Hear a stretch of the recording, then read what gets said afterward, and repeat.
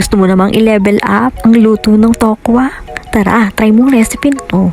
Una is magpapainit lang muna tayo ng mantika. Sunod naman natin ilalagay ang mga tokwa. Bali hiniwa at kinote ko nga pala po na to sa cornstarch bago siya ilagay sa mantika. Mas masarap kasi at mas crispy pagka kinote natin sa cornstarch.